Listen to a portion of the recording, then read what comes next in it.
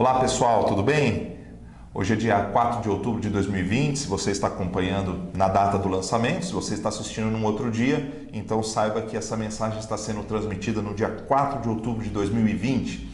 Depois de pouco mais de 6 meses, nós estamos voltando aos cultos presenciais na nossa comunidade e estamos mantendo esse culto também online, né? Um ano diferente.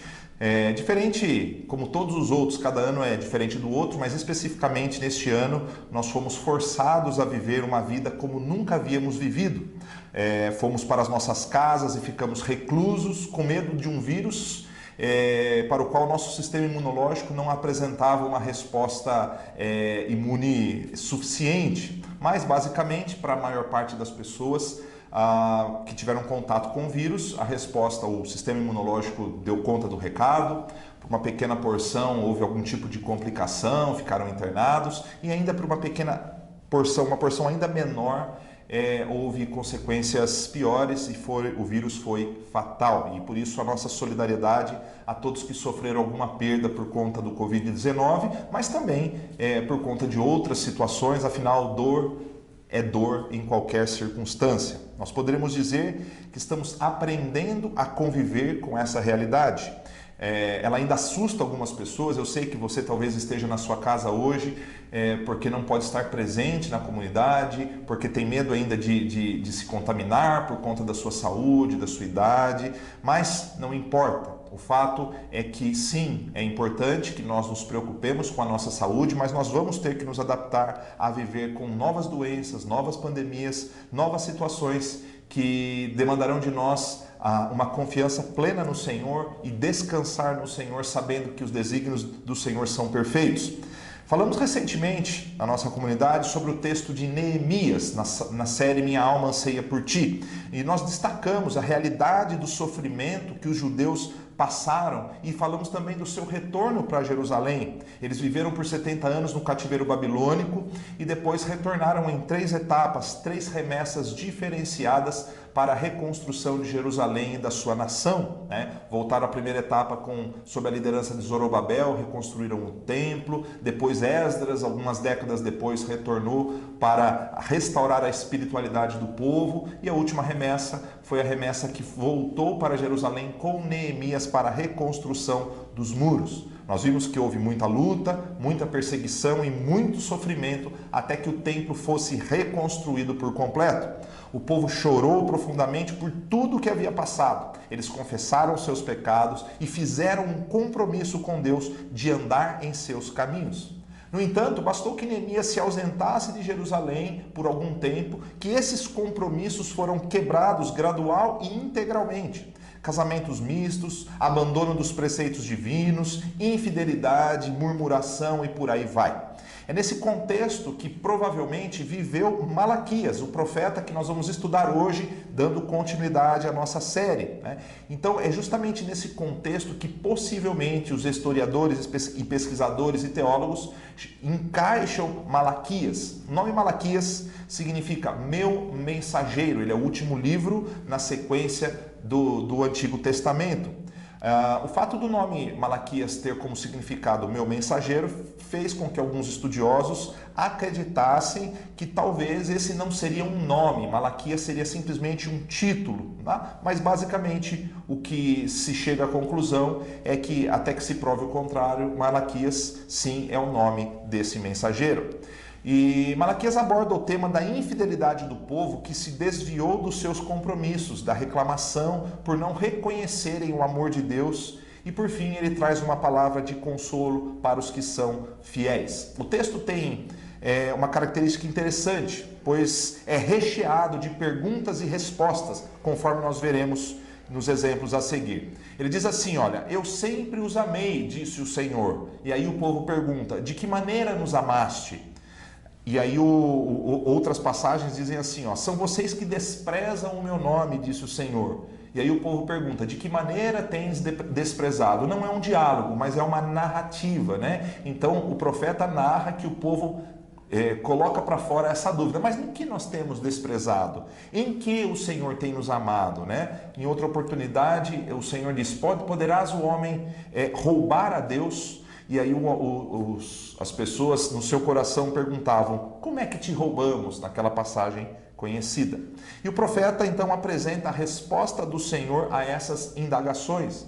Ele destaca a forma como os servos do Senhor acabavam por desonrá-lo, mesmo que eles se considerassem fiéis e bons. Aliás, essa é uma característica interessante, mas perigosa daqueles que se dizem servos do Altíssimo.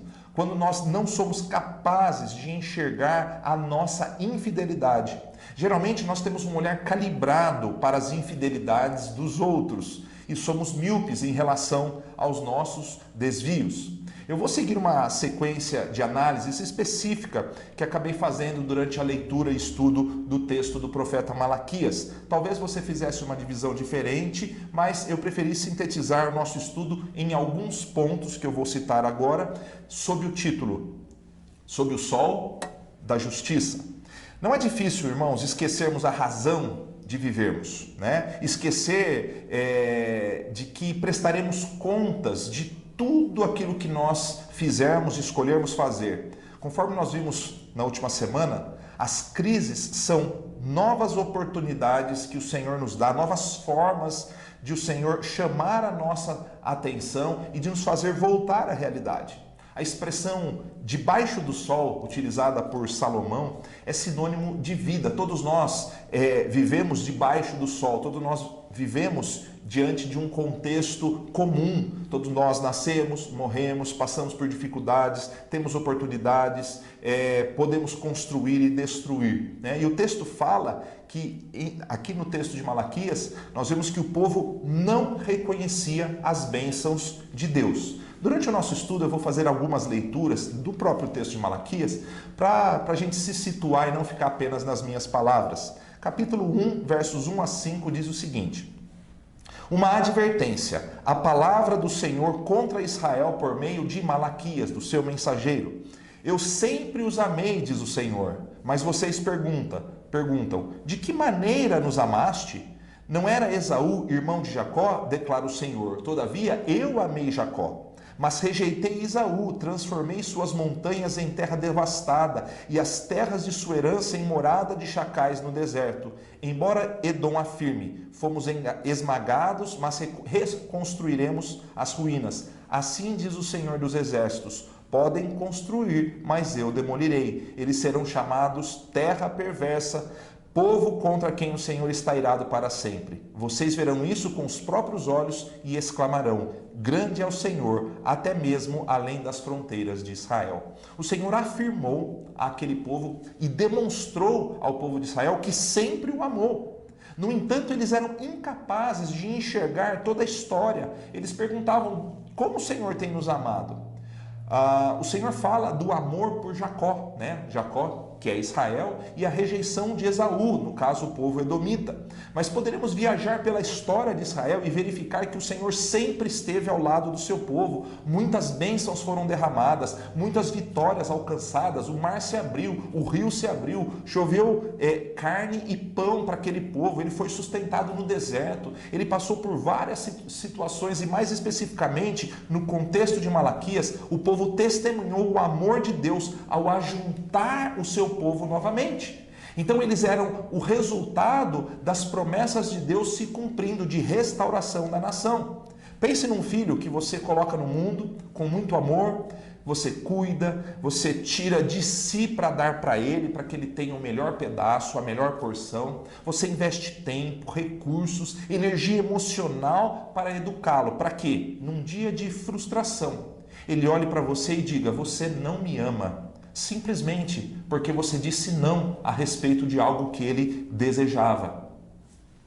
A cegueira causada pelo egoísmo e pelo egocentrismo nos impede de sermos gratos pelo que as pessoas fizeram por nós. Assim como um filho pode ser ingrato para com os seus pais, nós podemos ser ingratos para com as pessoas ao nosso redor e, em especial, podemos ser ingratos e agressivos para com Deus. Isso é muito triste. Ele pode ter nos dado a vida, o sustento, nos ter prometido a vida eterna em Cristo e mesmo assim sermos incapazes de enxergarmos as suas bênçãos. Fazemos isso com as pessoas e fazemos isso com Deus. Neste exato momento, você pode estar pensando, eu tenho certeza que você pensou assim, fulano de tal foi ingrato comigo, fulano de tal foi ingrato comigo. Isso mesmo, ingratidão é difícil. Mas você já parou para pensar que talvez você não seja simplesmente a vítima dessa história? Você também pode ser um dos algozes, uma das pessoas ingratas e agressivas, né? Tanto para com as pessoas e em especial para com Deus. Então o povo, ele não sabia valorizar as bênçãos que estavam sendo derramadas sobre eles. Mas o povo também desprezava o Senhor. Não somente não reconhecia, como desprezava. Olha o que diz os versos 6, 7 e 8. O filho honra seu pai e o servo seu senhor. Se eu sou pai, onde está a honra que me é devida? Se eu sou Senhor, onde está o temor que me devem? Pergunta o Senhor dos Exércitos a vocês, sacerdotes. São vocês que desprezam o meu nome, mas vocês perguntam, de que maneira temos desprezado o teu nome? Trazendo comida impura ao meu altar. E mesmo assim ainda perguntam, de que maneira o desonramos? Ao dizerem que a mesa do Senhor é desprezível. Na hora de trazerem animais cegos para sacrificar, vocês não veem mal algum. Na hora de trazerem animais aleijados e doentes como oferta, também não veem mal algum. Tentem oferecê-los de presente ao governador. Será que ele se agradará de vocês? Será que os atenderá? Pergunta o Senhor dos Exércitos. O povo não somente não reconhecia as bênçãos do Senhor, como desprezava o Senhor. E como eles desprezavam? Oferecendo ofertas impuras. E quando ele cita a questão dos sacerdotes, é bom lembrarmos que naquela ocasião os sacerdotes eram um povo específico, vinham da tribo de Levi, eles exerciam um papel específico, mas no Novo Testamento nós somos chamados por Pedro de sacerdotes ou sacerdócio real. Todos nós temos livre acesso a Deus por meio de Cristo Jesus. Então a mensagem e a lição dada aos sacerdotes aqui se aplica a mim e se aplica a você, né? Individual e mais para frente veremos coletivamente. Ao oferecerem um animal com defeito, eles estavam escolhendo algo que não agradaria ao Senhor. Eles sabiam disso. Caim ofereceu uma oferta que foi rejeitada. E esses sacerdotes de Israel estavam oferecendo uma oferta que não tinha valor.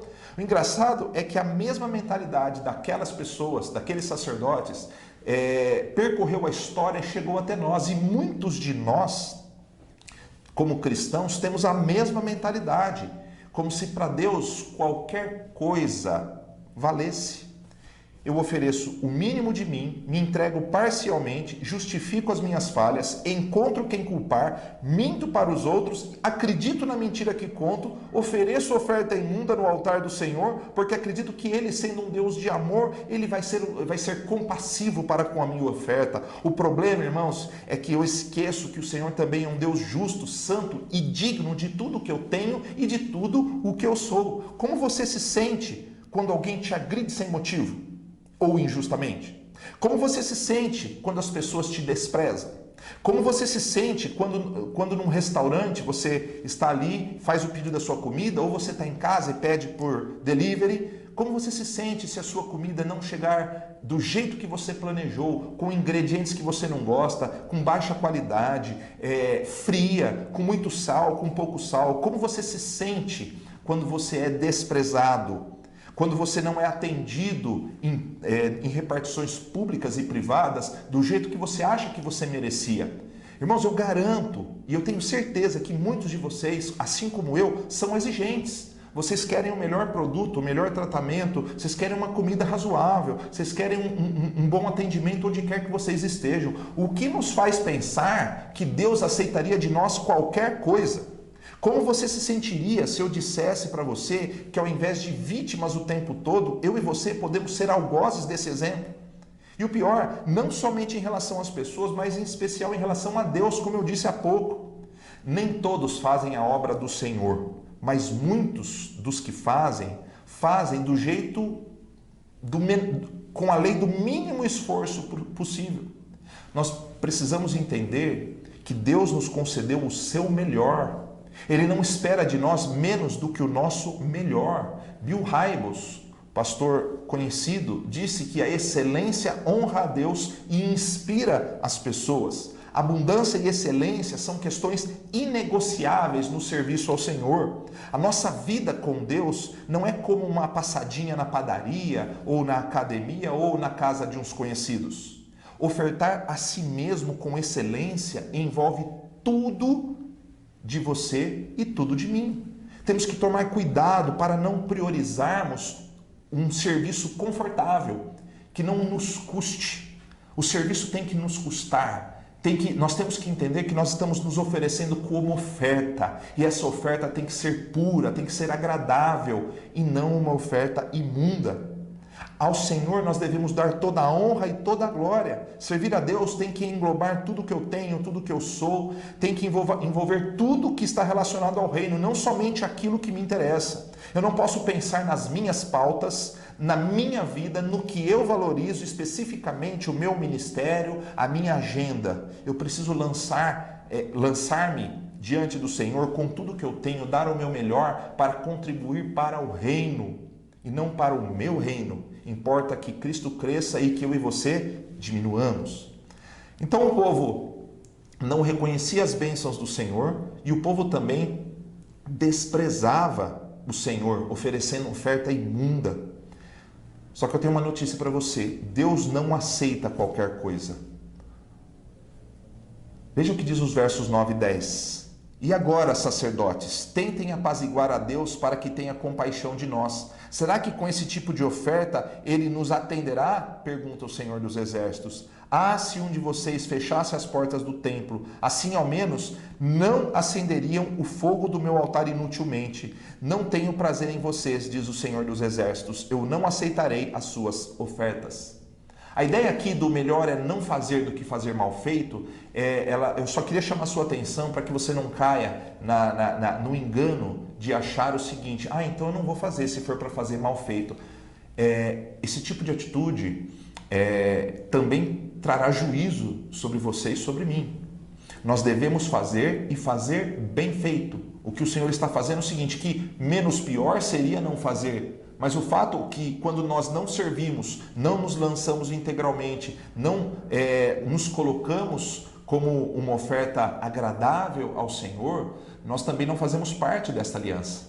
Nós não estamos conectados à mensagem verdadeira que o Senhor nos apresenta. Maldito é aquele que faz a obra do Senhor de maneira relaxada, e não é para deixarmos de fazer, mas devemos fazer com dedicação. O descaso, a omissão também serão julgadas. O povo de Deus não o honrava. Olha o que diz os versos 11 e 12. Pois do Oriente ao Ocidente, grande é o meu nome entre as nações. Em toda parte, incenso e ofertas puras são trazidas ao meu nome. Porque grande é o meu nome entre as nações, diz o Senhor dos Exércitos. Mas vocês o profanam ao dizerem que a mesa do Senhor é imunda e que a sua comida é desprezível. As nações temiam ao Senhor, enquanto o seu próprio povo não lhe oferecia o melhor. Os filhos eram incapazes de honrá-lo. A cegueira espiritual que levou à ingratidão tornou aquela relação uma relação contraditória. Porque se muitos que não eram filhos de Deus tinham medo e ofereciam sacrifícios ao Senhor, por que aqueles que eram seus filhos deixavam de fazê-lo? O povo não somente não o honrava como deveria, como zombava do que ele fornecia. Você pode pensar assim: eu não faço isso, eu não zombo do Senhor. Eu pergunto para você, quem permitiu que você tivesse a família que você tem, a casa que você tem, a comida na sua mesa, o carro que você dirige, o salário que você tem, o sol e a chuva, o vento e tudo mais? Você pode dizer para mim: eu não tenho carro, eu não tenho casa, eu moro sozinho. Não importa. Quem te ofereceu aquilo que você tem? Quem formou você do jeito que você é?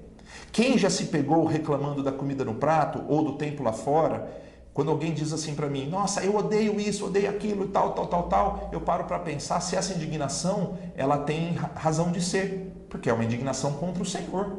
Quando nós reclamamos e murmuramos, nós estamos nos revoltando contra Deus.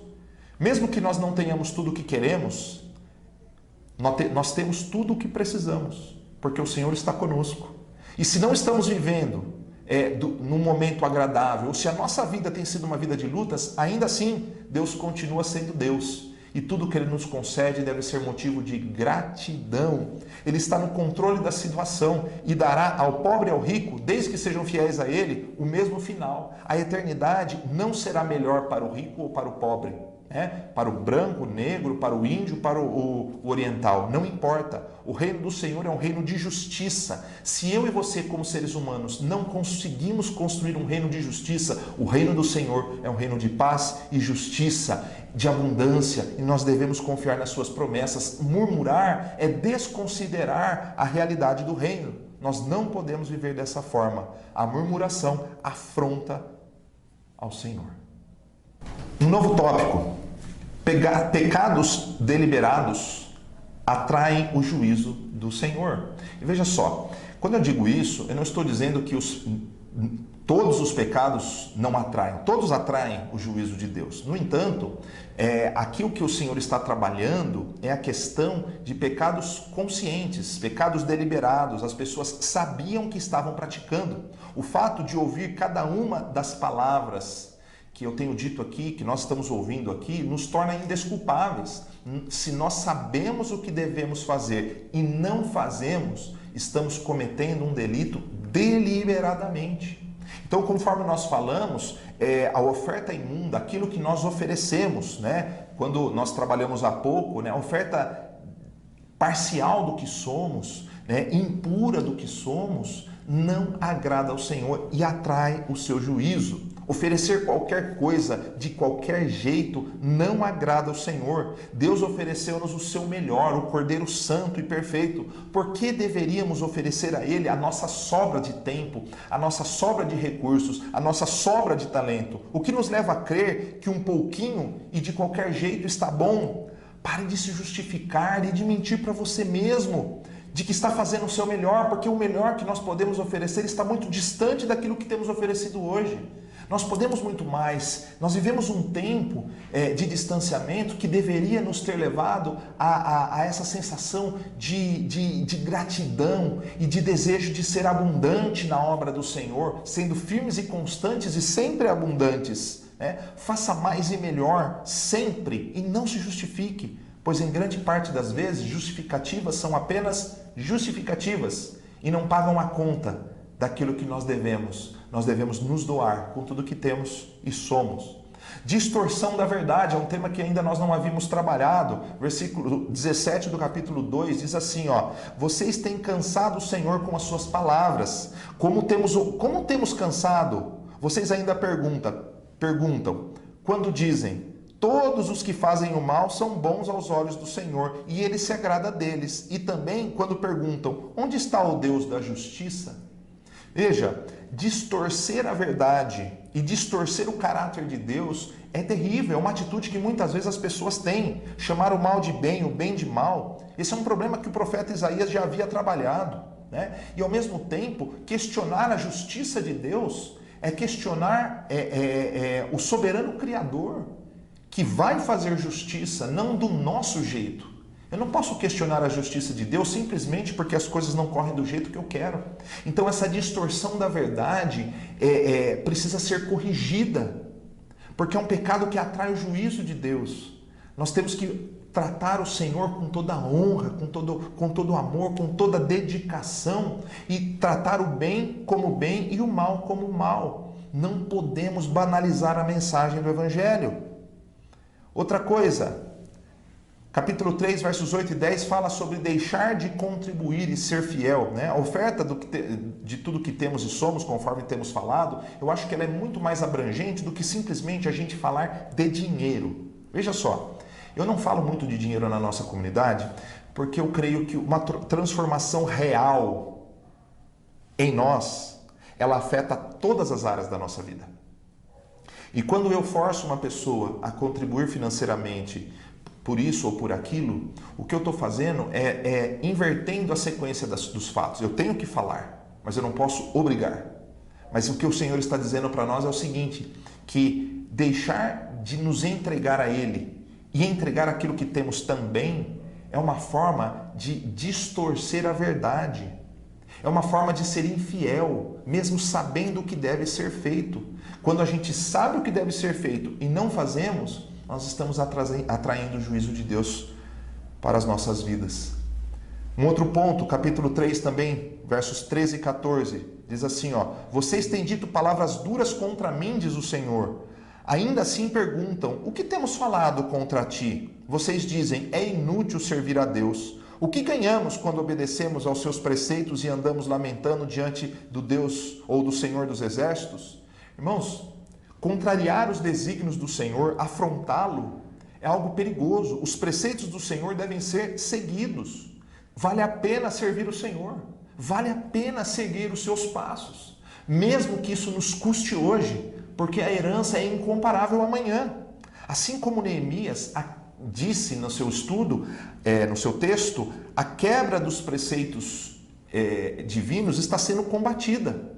No caso, tanto lá de Neemias quanto no texto de Malaquias, que se encaixa, em especial no capítulo 13 lá de Neemias, os casamentos com pessoas que serviam a outros deuses eram um problema, né? Assim como muitos que deixam de honrar o Senhor hoje com as suas ações, com seus pensamentos, e contrariam os desígnios do Senhor, e ainda perguntam, mas nós não temos falado nada contra Deus.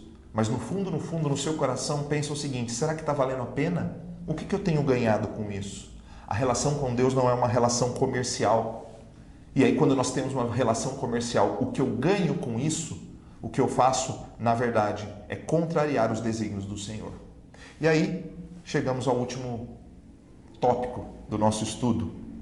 Nós devemos quebrar o ciclo de desobediência. Olha o que diz o capítulo 2, verso 10. Não temos todos o mesmo Pai? Não fomos todos criados pelo mesmo Deus? Por que será então que quebramos a aliança dos nossos antepassados, sendo infiéis uns com os outros? O fato, irmãos, de as pessoas sempre fazerem as coisas de um determinado jeito, não significa que nós devemos continuar fazendo, a não ser que as pessoas tenham honrado ao Senhor com as suas vidas. Se o seu pai, se a sua mãe, se o seu tio, se o seu avô, se as pessoas mais velhas que você honraram ao Senhor, siga esse exemplo. Se elas foram infiéis, não siga este exemplo. Não se apoie naquilo que é falacioso, mentiroso. Não se apoie na infidelidade, se apoie na verdade. Se as gerações anteriores foram fiéis, se as pessoas que estão ao nosso lado hoje são fiéis, siga este exemplo. No entanto, se as pessoas antes de nós ou ao nosso lado são infiéis, nós devemos voltar à fidelidade e não seguir os seus exemplos. Mesmo que ninguém nos ouça, e mesmo que ninguém siga os nossos passos, precisamos seguir pelo caminho correto. Muitas pessoas acabam afrontando o Senhor e não percebem. Nós temos que fugir dessa murmuração e seguir pelo caminho da gratidão e da consagração, porque em Deus há esperança. Somente nele há esperança. Capítulo 4, verso 2 diz assim: mas para vocês que reverenciam o meu nome, o sol da justiça se levantará, trazendo cura em suas asas, e vocês sairão e saltarão como bezerros soltos do curral. Versos 5 e 6. Vejam, eu enviarei a vocês o profeta Elias antes do grande e terrível dia do Senhor. Ele fará com que os corações dos pais se voltem para os seus filhos e os corações dos filhos para os seus pais. Do contrário, eu virei e castigarei a terra com maldição. A palavra do Senhor, irmãos, não se limita à exortação. Ela sempre apresenta um caminho melhor, uma porta de esperança. No caso aqui, os que reverenciam o nome do Senhor são gratos e procuram viver corretamente a partir da força que Ele mesmo nos concede. Ah, mas eu não consigo. Ele concede força, Ele concede fé, Ele concede sabedoria. O Senhor anuncia a vinda do sol da justiça para esses que são fiéis, trazendo cura sob suas asas. Todos nós vivemos sob o sol da justiça. Jesus é o sol da justiça, a brilhante estrela da manhã, a luz que ilumina todo homem. Como não nos alegrarmos por sua presença em nossas vidas? Como não sermos gratos pela vida de Deus em nós? O texto de Malaquias anuncia também a vinda de um profeta que prepararia o caminho do Senhor. Assim como Isaías profetizou, aqui ele fala que seria como Elias. E Lucas reafirma isso lá no Evangelho, dizendo que João Batista foi esse profeta que veio no espírito e no poder de Elias. Ou seja, o livro de Malaquias é possivelmente não somente o último na organização da Bíblia, mas também o último dos livros escritos no Antigo Testamento. Depois disso, Deus permaneceu em silêncio por 400 anos. Existia a palavra, mas novos profetas não se levantaram. Não se levantaram para falar em nome do Senhor. Somente na plenitude dos tempos, no tempo preparado desde antes da fundação do mundo, Deus enviou o seu Filho para cumprir tudo o que havia prometido.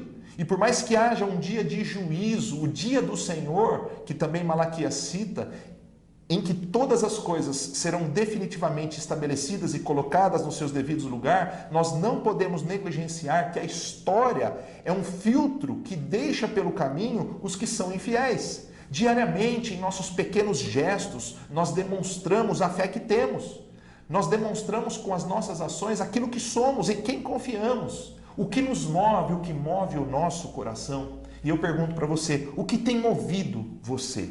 Qual o seu objetivo como servo do Senhor? Ciente de que você está diante do sol da justiça, que nos oferece cura para a nossa alma, alívio para aqueles que estão cansados. O que você espera da sua vida com Deus? O que te move?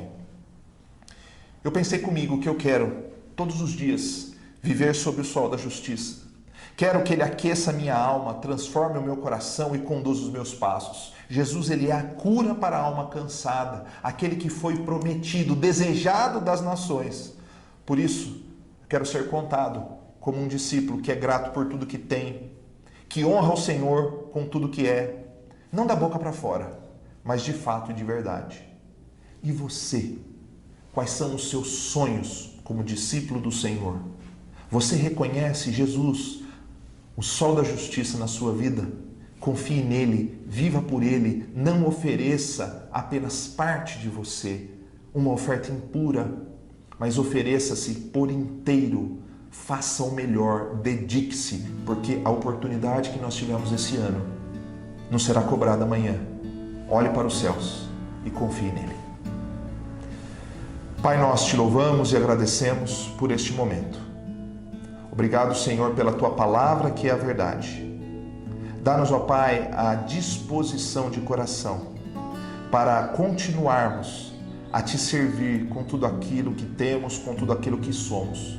Que não ofereçamos, ó Pai, uma oferta imunda no teu altar, mas que possamos de fato nos dedicar, honrar o teu nome, não murmurar, mas confiar nas tuas promessas, confiar na tua palavra, cientes, ó Pai, de que somente em Ti nós temos a verdadeira esperança. Obrigado pelo Teu Filho, que veio ao mundo para morrer em nosso lugar. Obrigado porque Ele traz cura para as nossas almas. Ele é, Senhor, o desejado da nossa alma, das nações, o único caminho, fonte de vida e verdade. E é no nome dEle que nós oramos agradecidos. Amém e amém. Irmãos, esse foi o primeiro culto nosso, então, depois que as coisas começaram a voltar ao normal. Eu sei que você talvez esteja ainda na sua nova normalidade, sentado no seu sofá, assistindo esse culto, assistindo esse estudo. Não importa. Ore ao Senhor para que você seja de fato um vaso consagrado nas mãos do Senhor, com pureza de coração, com intensidade, com excelência e abundância. Que Deus te abençoe, em nome de Jesus.